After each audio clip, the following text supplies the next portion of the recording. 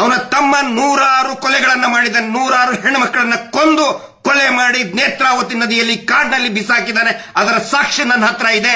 ಸುಳ್ಳು ಮಾತಾಡ್ತಾ ಇದ್ರೆ ನನಗೆ ಅರೆಸ್ಟ್ ಮಾಡ್ಕೊಂಡು ಹೋಗ್ಲಿ. ನಾನು ತಪ್ಪು ಮಾತಾಡ್ತಾ ಇದ್ರೆ, ನಾನು ದಾಖಲೆ ಸಾಕ್ಷಿಗಳನ್ನ ಕೊಡದೆ ಹೋದ್ರೆ ಫಸ್ಟ್ ನನ್ನನ್ನು ಅರೆಸ್ಟ್ ಮಾಡಿ ಅಂತ ಸರ್ಕಾರ ಕೇಳ್ತಾ ಇದ್ದೀನಿ. ನಾನು ಬೊಗಳೆ ಬಿಡ್ತಾ ಇಲ್ಲ. ಇಲ್ಲಿವರೆಗೆ ನಾವು ಹೇಳಿದ್ದು ಬರೀ 10%, 10% ಇನ್ನೂ ಎಲ್ಲವೂ ಇದೆ. ಎಲ್ಲ ಇಟ್ಕೊಂಡು ಕೂತ್ಕೊಂಡಿದ್ದೀವಿ ನಾವು. ಸುಮ್ಮನೆ ಬೊಗಳೆ ಬಿಡ್ತಾ ಇಲ್ಲ. ಇಲ್ಲಿ ಸರ್ಕಾರ ಇವತ್ತು ನಮಗೆ ಹೇಳಿ ಆಯ್ತು ತೋರಿಸು ಅಂತ ಹೇಳಿ, ತೋರಿಸಲಿಲ್ಲ ಅಂದ್ರೆ ನಮಗೆ ಅರೆಸ್ಟ್ ಮಾಡ್ಕೊಂಡು ಹೋಗಿ. ನೀವು ವಾಸ್ತವವನ್ನೇ ಹೇಳ್ತಾ ಇದೀವಿ ಇಲ್ಲಿ. ಅದಕ್ಕೆ ಎಲ್ರಿಗೂ ನಾನು ವಿನಂತಿ ಮಾಡ್ಕೊಳ್ತಾ ಇದ್ದೀನಿ. ಸುಮಾರು ಜನ ಕಾಲ್ ಮಾಡ್ತಾ ಇದ್ದಾರೆ, ವಿಶೇಷವಾಗಿ ಯೂಟ್ಯೂಬರ್ಸ್ಗಳು ತುಂಬಾ ಒಂದು ಕಾಳಜಿಯಿಂದ ಒಂದು ಕಾಲ್ ಮಾಡ್ತಾ ಇದ್ದಾರೆ. ಸಿಗ್ತೀವಿ, ಭೇಟಿ ಆಗಬೇಕು ಅಂತ ಹೇಳ್ತಾ ಇದ್ದಾರೆ. ಎಲ್ಲರಿಗೂ ನನಗೆ ಮಾತಾಡಕ್ ಆಗ್ತಾ ಇಲ್ಲ. ಇನ್ನು ಸ್ವಲ್ಪ ಹೊತ್ತಿನಲ್ಲೇ ಸಮೀರ್ಗೆ ಬಳ್ಳಾರಿ ಕರ್ಕೊಂಡು ಹೋಗ್ಬೇಕು. ಇಲ್ಲಿ ನಮಗೆ ಮತ್ತೆ ಪೊಲೀಸರಿಗೆ ಯಾವುದೇ ಸಂಘರ್ಷ ಇಲ್ಲ. ಇವ್ರು ಏನ್ ಮಾಡ್ತಾ ಇದ್ದಾರೆ, ನಾವು ಪೊಲೀಸರ ಅಗೇನ್ಸ್ಟ್ ಮಾತಾಡಬೇಕು, ನಾವು ಆಂಟಿ ಪೊಲೀಸ್ ಅಂತ ತೋರಿಸಬೇಕು, ಆನಂತರ ನಾವು ಮೀಡಿಯಾ ವಿರುದ್ಧ ಮಾತಾಡಬೇಕು, ನಾವು ಮತ್ತೆ ಮೀಡಿಯಾ ಅಗೇನ್ಸ್ಟ್ ಅಂತ ತೋರಿಸಬೇಕು ಅನ್ನುವಂತಹ ಒಂದು ವಾತಾವರಣ ಸೃಷ್ಟಿ ಮಾಡ್ತಾ ಇದ್ದಾರೆ. ನಮಗೆ ಪೊಲೀಸರಿಗೆ ಯಾವುದೇ ಸಂಘರ್ಷ ಇಲ್ಲ. ನಮ್ಮ ಹೋರಾಟ ಪೊಲೀಸರ ವಿರುದ್ಧ ಇಲ್ಲ, ಅಥವಾ ಯಾವುದೇ ರಾಜಕೀಯ ಪಕ್ಷದ ಸಿದ್ಧಾಂತದ ವಿರುದ್ಧನೂ ಕೂಡ ಖಂಡಿತ ಇಲ್ಲ, ಮಾಧ್ಯಮಗಳ ವಿರುದ್ಧನೂ ಕೂಡ ಇಲ್ಲ. ಆದರೆ ಅನೇಕ ಜನ ಯೂಟ್ಯೂಬರ್ಸ್ಗಳು ಇವತ್ತು ಈ ಹೋರಾಟದ ಶಕ್ತಿಯಾಗಿ ಮುಂದೆ ನಿಂತ್ಕೊಂಡಿದ್ದಾರೆ. ಅವರೆಲ್ಲರಿಗೂ ನಾನು ಹೇಳ್ತಾ ಇದ್ದೀನಿ, ದಯವಿಟ್ಟು ಇನ್ನೂ ಹೆಚ್ಚಾಗಿ ಮಾತಾಡಿ ಮತ್ತು ಪ್ರತಿಯೊಬ್ಬ ಜನಸಾಮಾನ್ಯನೂ ಕೂಡ ಮಾತಾಡಿ.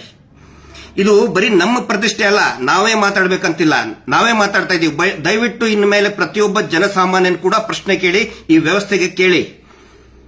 ಸಮೀರ್ ಮೇಲೆ ಸೆಕ್ಷನ್ 299 BNS ಅರೆಸ್ಟ್ ಮಾಡೋ ಹಂಗೆ ಇಲ್ಲ, ಆದರೂ ಕೂಡ ಬಂದ್ ಹೋಗಿ ಅಂತ ಇದ್ದಾರೆ. ನಾವು ಹೋಗ್ತೇವೆ. ಪೊಲೀಸರಿಗೆ ನಾನು ಮಾತು ಕೊಟ್ಟಿದ್ದೀನಿ, ಸಮೀರನ್ನು ನಾನು ಕರ್ಕೊಂಡು ಬಂದೇ ಬರ್ತೀನಿ. ಮತ್ತೆ ಪೊಲೀಸರು ಕೂಡ ತುಂಬಾ ಚೆನ್ನಾಗಿ ಸ್ಪಂದನೆ ಮಾಡಿದ್ದಾರೆ.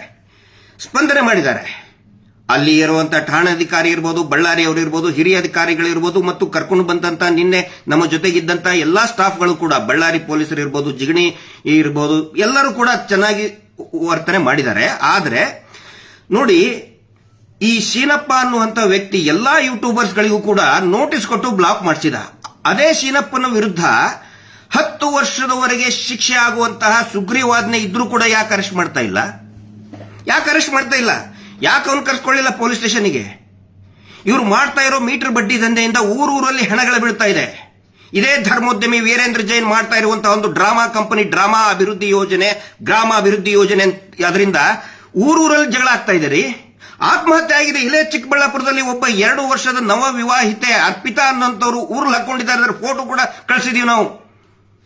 ಯಾಕೆ ಅರೆಸ್ಟ್ ಮಾಡ್ತಾ ಇಲ್ಲ ಅವನ್ನ? ಯಾಕೆ ತನಿಖೆ ಆಗ್ತಾ ಇಲ್ಲ? ಕಾನೂನಿಗಿಂತ ದೊಡ್ಡವನ? ಸಂವಿಧಾನಕ್ಕಿಂತ ದೊಡ್ಡವರಾದ್ರೆ ಎಲ್ಲಾದ್ರು? ಇದನ್ನ ನಾನು ಕೇಳ್ತಾ ಇದ್ದೀನಿ. ಪಾಪ ಸಮೀರ್ ಒಂದು ನ್ಯಾಯದ ಆಗ್ರಹ ಮಾಡಿದ್ದಕ್ಕೆ ಅವನ ಮೇಲೆ ಸೋಮೋಟೋ ಅಂದ್ರೆ ಸ್ವಯಂ ಪ್ರೇರಿತ ದೂರು ದಾಖಲು ಮಾಡಿದ್ರಿ. ಸುಗ್ರೀವಾಜ್ಞೆಯಲ್ಲಿ 11-12 ಜನ ಹೆಣ್ಮಕ್ಳು ಕಂಪ್ಲೇಂಟ್ ಕೊಟ್ಟರು ಆ ಚೀನಪ್ಪನ ಮೇಲೆ, ಅನಿಲ್ ಕುಮಾರ್ ಮೇಲೆ, ಮೀಟರ್ ಬಡ್ಡಿ ದಂಧೆ ಮಾಡ್ತಿರುವಂತ ಅನಿಲ್ ಕುಮಾರ್ ಮೇಲೆ ಯಾಕೆ ಅರೆಸ್ಟ್ ಮಾಡಿಲ್ಲ? ಆ ಪ್ರಶ್ನೆ ನಾವು ಕೇಳ್ತಾ ಇದ್ದೀವಿ. ದಯವಿಟ್ಟು ಎಲ್ರಿಗೂ ಒಂದು ವಿನಂತಿ ಮಾಡ್ತಾ ಇದ್ದೀನಿ. ಇವತ್ತು ಸಾಯಂಕಾಲದವರೆಗೆ ಏನಾಗುತ್ತೋ ಅನ್ನೋದು ಗೊತ್ತಿಲ್ಲ. ಈಗ 1 ಗಂಟೆಯಲ್ಲಿ ಸಮೀರ್ ಅವ್ರನ್ನ ನಾನು ಕರ್ಕೊಂಡು ಹೋಗ್ತಾ ಇದ್ದೀನಿ. ಏನೇನು ಪ್ರಿಕಾಷನ್ ತಗೋಬೇಕು ಅದೆಲ್ಲಾ ಪ್ರಿಕಾಷನ್ಗಳನ್ನ, ಕಾನೂನಿನ ಪ್ರಿಕಾಷನ್ಗಳನ್ನ ನಾವು ತಗೊಳ್ತೀವಿ.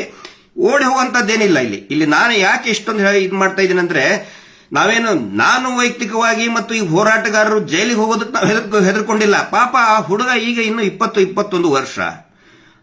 ಅವ್ರ ತಾಯಿನೂ ಕೂಡ ಬಹಳ ವೆರಿ ಸಿಂಪಲ್ ಫ್ಯಾಮಿಲಿ. ಅದು ಹಿಂದೂ ಧರ್ಮದ ಬಗ್ಗೆನೂ ಗೌರವ ಇದೆ, ಇಸ್ಲಾಂ ಧರ್ಮದ ಬಗ್ಗೆನೂ ಆ ವ್ಯಕ್ತಿಗೆ ಗೌರವ ಇದೆ, ಕ್ರಿಶ್ಚಿಯನ್ ಧರ್ಮದ ಬಗ್ಗೆನೂ ಗೌರವ ಇದೆ ಆ ವ್ಯಕ್ತಿಗೆ.